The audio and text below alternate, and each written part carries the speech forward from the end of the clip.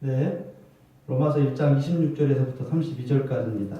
우리가 지난 몇 주간 계속해서 죄에 대해서 다루고 있어요. 계속해서 죄 얘기한다는 것은 유쾌한 일이 아니죠. 그죠? 죄는 유쾌하거나 즐거운 주제가 아니기 때문에 거부감을 일으켜요. 많은 사람들이 이 죄의 개념조차 이해하지 못하기 때문에 죄에 대해서 사람들이 무관심하거나 또 죄의식을 잘 느끼지 못하는 경우가 굉장히 많습니다. 죄 그러면 꼭 남의 이야기처럼 듣거나 어쩔 수 없는 그런 필요악이다 이렇게 생각하는 사람들도 많아요. 야, 죄 안 짓고 사람이 어떻게 사냐? 그런데 여러분, 죄가 어떤 것인지 우리가 바로 파악해야 죄의 실체를 확실히 알게 되고 나아가서 우리의 참 실존을 알게 돼요. 그래서 죄 그러면 저런 얘기를 하나? 설교가 뭐 죄밖에 할 얘기가 없나? 그런 게 아니에요. 성경이 우리에게 죄에 대해서 말씀하고 있기 때문에 이 죄에 대해서 우리가 깊이 인식하고 알아야 돼요. 우리의 잘못된 생각이나 행동만을 성경이 죄라고 말하지 않아요. 성경은 죄짓게 만드는 우리의 선천적인 본능이나 내적인 성질까지도 다 포함해서 이걸 뭐라고 한다고요? 죄라고 한다고요. 그러니까 죄, 그러면 겉으로 드러난 잘못된 행실뿐만을 말하는 게 아니에요. 오늘 우리가 로마서 1장 26절에서 32절까지 봤는데 첫 번째, 이 죄에 대해서 다루는 첫 번째 주제가 뭐냐면 부패한 마음이에요. 본문에서는 인간의 악함만 이야기하고 있잖아요. 여기 보니까 오늘 인간의 선한 것이 아무것도 없어요. 26절에 시작할 때 뭐라고 시작하냐면 이 때문에 이렇게 시작해요. 그죠?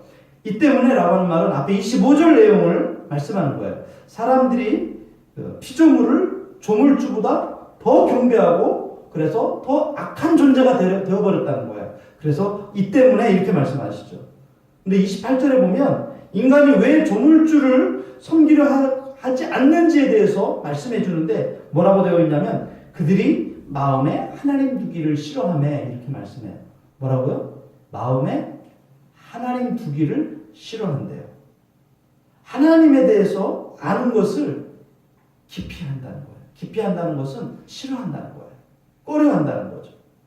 하나님의 눈을 피해서 제멋대로 살려고 하는 인간의 못된 심리가 있다는 거예요.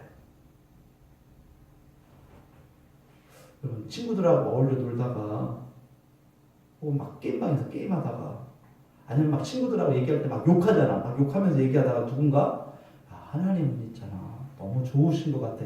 이렇게 말하는 사람, 말하는 친구 있어요? 없죠. 이럴 때 하나님 얘기를 하면 어떻게 될까요?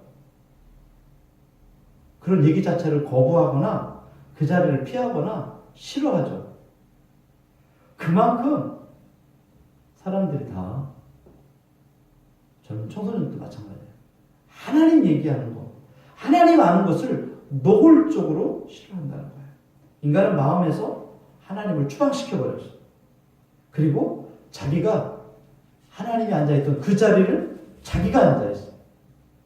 이 말은 자기가 자기 마음속에서는 하나님이 됐다는 거예요. 이렇게 악한 행동을 하니까 하나님께서 어떻게 하셨을까요? 성경에 보니까 하나님께서 그들을 그 상실한 마음대로 내버려 두사 그랬어요. 우리에게 찾아온 비참한 결과가 뭐냐면 상실한 마음. 따라합시다. 상실한 마음. 네.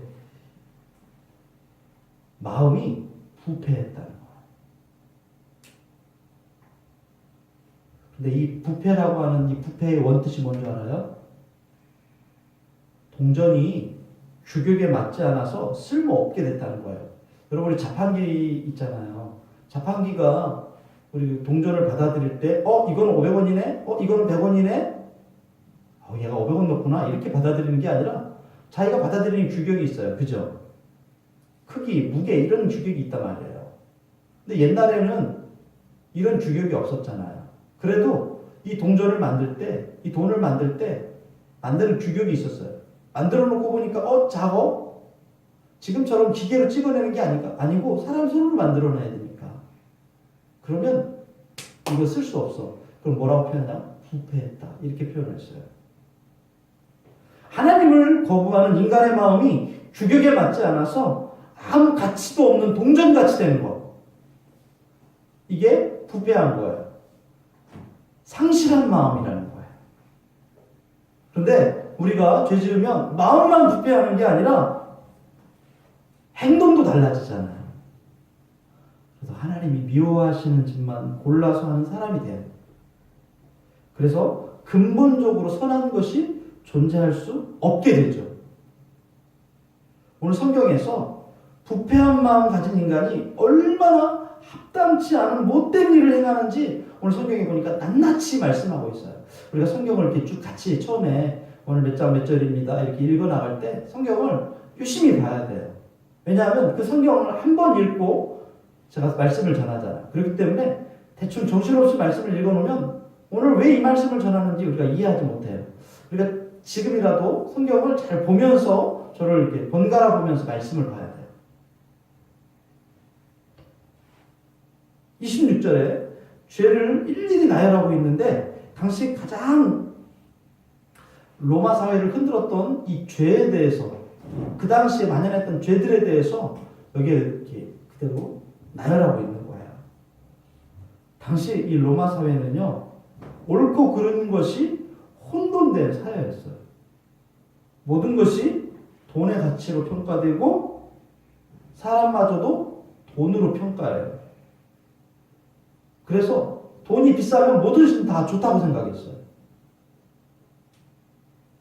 당연히 건전한 가치관도 함께 몰락하게 되죠.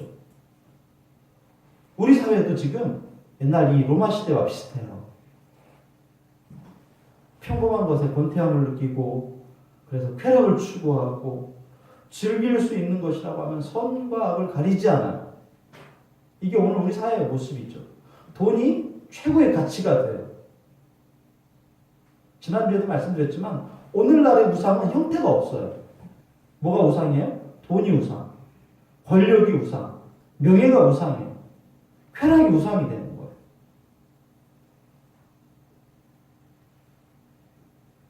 우리가 말씀을 가만히 듣다 보면 지금 우리가 사는 세상에 대한 이야기를 하고 있구나라는 생각이 들 정도로 오늘 이 말씀이 그래요. 자, 그렇다면 이 죄에 대해서 이렇게 우리가 고발하고 있는데 특별히 우리가 눈여겨보고 금방 와닿는 죄가 있는데 성범죄. 무슨 죄라고요? 성범죄. 오늘 읽은 26절에서 32절까지는 인간이 저지른 죄악들이 쫙 나오고 있는데 그 중에서 우리가 유독 눈에 뜨는 게 이 성범죄예요. 26절, 27절 볼까요? 26절, 27절에 한번 같이 볼까요? 이 때문에 하나님께서 그들을 부끄러운 욕심에 내버려 두셨으니 곧 그들의 여자들도 순리대로 쓸 것을 갖고 영리로 쓰며 그와 같이 남자들도 순리대로 여자 쓰기를 버리고 서로 행하여 음욕이 부를 듯하며 남자가 남자와 더불어 부끄러운 일을 행하여 그들의 그릇 때문에 상당한 보응을 그들 자신이 받았느니라. 네. 여기 보니까 26절, 27절에 지칭하는 죄가 어떤 죄인지 여러분들도 아시죠? 그죠? 금방 나오죠? 남자가 남자, 여자가 여자. 이 무슨 죄예요? 동성애. 하나님을 떠난 인간의 가장 심각한 죄가 뭐냐면 성적인 타락이에요. 그 성적인 타락 중에서도 이 동성애가 가장 심각한 죄예요. 24절에도 지난주에도 우리가 봤지만 24절에도 이미 나왔어요. 그들의 몸을 서로 욕되게 하게 하셨으니 그랬거든요. 그런데 오늘 26절, 27절 마찬가지예요. 이 성범죄는요, 이 사회에, 그 시대, 그 사회에 가장 타락한 그 모습들을 반영하는 거예요. 동성애가 이렇게 유행한다면 그 사회는요, 이미 많이 심각한 거예요. 어때요? 성경에 보면 소돔과 고모라라고 하는 도시가 나오죠. 기억나죠? 아브라함이 그 도시를 위해서 조카 롯을 위해서 하나님께 구하지만 의인 10사람이 없어서 그곳이 멸망했죠. 가장 심각한 죄가 뭐였냐면 이 동성애였어요. 하나님이 사람에게 허락하신 성을 고귀한 목적과 엄격한 질서를 가진 축복으로 여기고 사용해야 되는데 이걸 악하게 사용하는 거죠. 이 성은요, 성경에 보면 결혼을 통해서만 누릴 수 있는 복이에요. 결혼 이외에 다른 것으로는 성적인 만족을 누리면 안 되는 거예요. 그럴 수 없는 거예요. 하나님 떠난 인간은 결혼이라는 틀 속에서 만족하기를 거부하죠. 자연 질서를 버리고 금지된 쾌락을 즐기려고 발버둥치고 있어요. 그래서 무책임한 동거, 간통, 강간, 혼음, 변태 성욕, 동성연애 이런 거 하나님이 금지하신 거예요. 이거 안 되는 거예요. 자, 그러면 조금 전에 제가 말했던 이 죄들이 왜 죄죠? 이게 왜 죄야? 동거도 죄예요? 결혼할 건데? 하나님께서 정해놓은 정도를 벗어났기 때문에 이게 죄예요. 전 TV에서 요즘 우결이라는 프로그램 있잖아요. 요즘도 해요. 이게 굉장히 좀 심각한 문제가 있을 수 있다고 생각해요. 사람들에게, 특별히 결혼하기 전에 청년들에게 결혼하기 전에 미리 살아봐야 돼. 나하고 맞는지 안 맞는지 미리 살아봐야 돼. 이런 생각을 너무 합리적인 생각이라고 그렇게 심어줘요. 그럼 안 되거든요. 물론 그 안에 있는 소소한 배려하고 섬기고 이런 것들에 대해서 얘기하는 게 아니에요.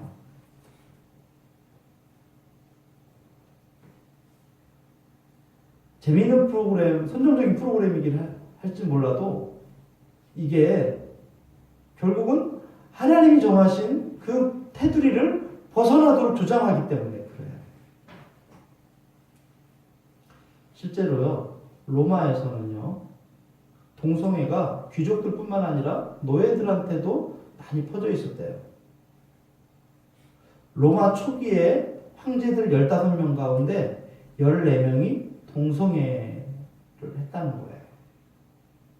아니, 황제면 첩도 많고 초도 많을 텐데 굳이 이렇게 동성애를 왜 이렇게 즐기고 그랬을까요? 이거는요, 인간이 얼마나 더러워질 수 있고 타락할 수 있는지를 보여주는 거예요.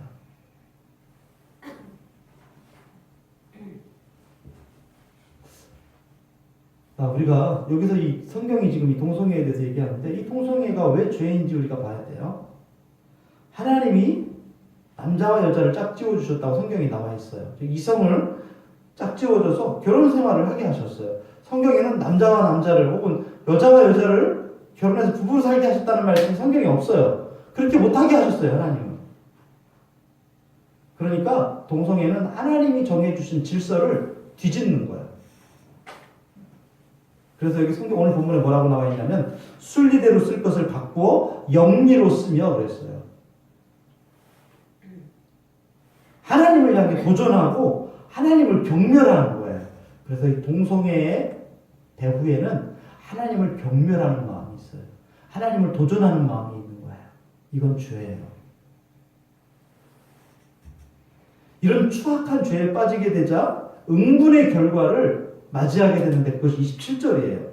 27절이 그들의 그릇 때문에 상당한 보응을 그들 자신이 받았느니라 이렇게 말씀하셨죠. 오늘날 무서운 상황이 지금 벌어지고 있어요. 정치인들은 자기의 표 때문에 자기를 지지해주는 사람을 확보하려고 동성애를 무분별하게 막 어떻게 받아들이냐면 소수인권, 성소수자 이렇게 표현하면서 아주 너그럽게 받아들이려고 해요. 그래서 이 성소수자들을 보호한다는 명목하에 차별금지법을 만들고 그리고 나중에는 이걸 죄라고 말도 못하게 해요. 어제 잠깐 그 뉴스 검색하다 보니까 he나 she 대신에 ze 이렇게 쓰겠다. 게다가 남자 화장실, 여자 화장실도 없애고 하나로 화장실을 하겠다. 난잡하게 되는 거죠, 결국은.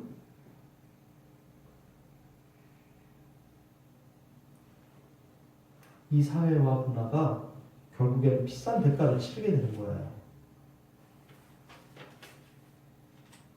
자, 그렇다면 오늘 이 동성애에 관해서만 얘기한 게 아니에요. 오늘 로마서 1장 26절 32절에 보면 이 부패한 마음의 죄악상에 대해서 우리에게 말씀해 주고 있어요. 한번 볼까요? 29절에 보면 볼까요? 불의, 추악, 탐욕, 악의, 그 다음에 뭐라고 되어 있어요? 가득한 자요. 그 다음 밑에 시기, 살인, 분쟁, 사기, 악독이 뭐한 자? 가득한 자요. 가득하다는 말은 죄 짓는데 마음을 온통 거기에 빼앗겨 버렸다는 거예요. 뭐 하는데 뺏겨요? 죄 짓는데 빼앗겼다는 거예요. 하나님께 온전히 드려야 될 마음을, 하나님 우리의 뭘 받으시죠? 우리의 중심을 받으시잖아요. 이 마음을 죄 짓는데 다 뺏겨버려서 하나님을 무서운 줄 모르고 온갖 더럽고 악한 짓을 자행한다는 거예요. 이게 우리의 부패한 마음의 죄악상이에요. 자, 그럼 볼까요? 불의. 뭐가 불의예요? 이게 불의를 말하는 것, 이게 여기서는 모든 불의라고 되어 있는데 모든 광범위한 악을 다 지칭하는 거예요. 여기 본문에 나오지 않는, 일일이 거명하지 않은 모든 죄까지 포함하는 게 불의예요. 그 다음에 추악과 악의라는 말이에요. 악의라는 말이 나오는데 추악은 악을 범하는 행동을 추악이라고 해요. 그러면 악의는 그 밑에 깔려있는 성품, 악을 행하기까지 그 마음에 있는, 그 마음 속에 담겨져 있던 성품이 악의라고 해요. 탐욕은 뭘까요? 탐욕은 내가 더 많이 가지려고 하는 터무니없는 욕망을 탐욕이라고 해요. 자기 의지의 소유욕, 아무리 가져도 만족하지 못하는 욕심을 탐욕이라고 해요. 왜 요즘 TV에 정유라 얘기 나오죠? 몰라요? 자기가 가지고 있는 권력을 이용해서 부정한 방법으로 입학시키고 졸업시키고, 이 탐욕이에요, 탐욕.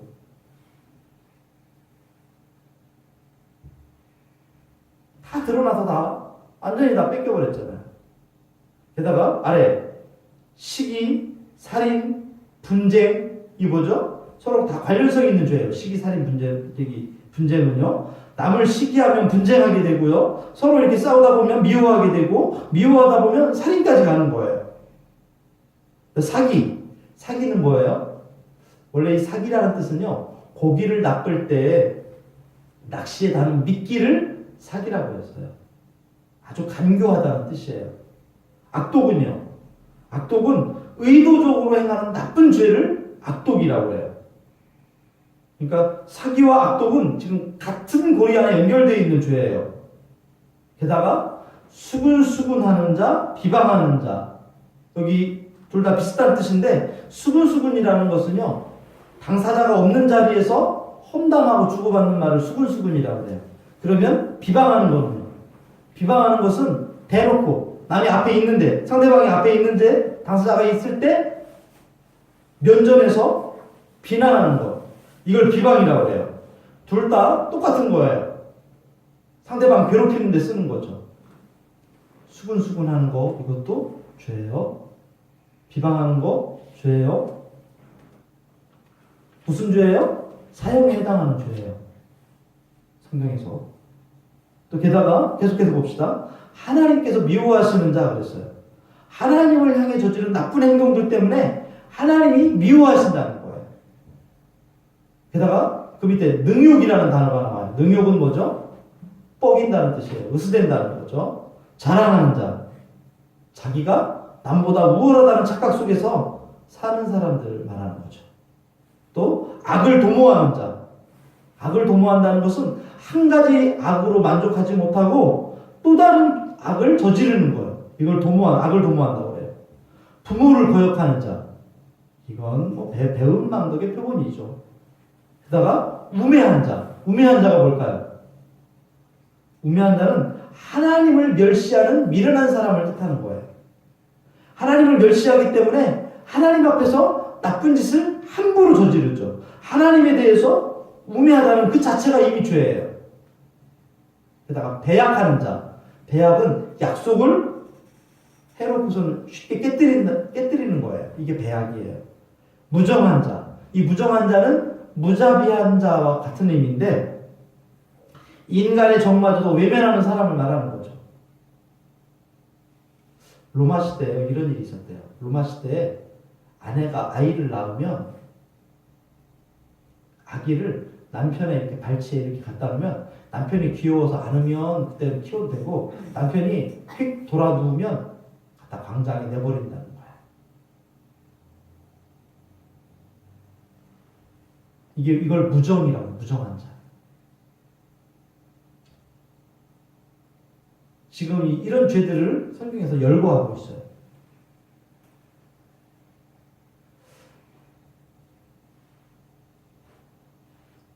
이 악을 즐기는 이 인간성에 대해서 32절에 말씀하십니다.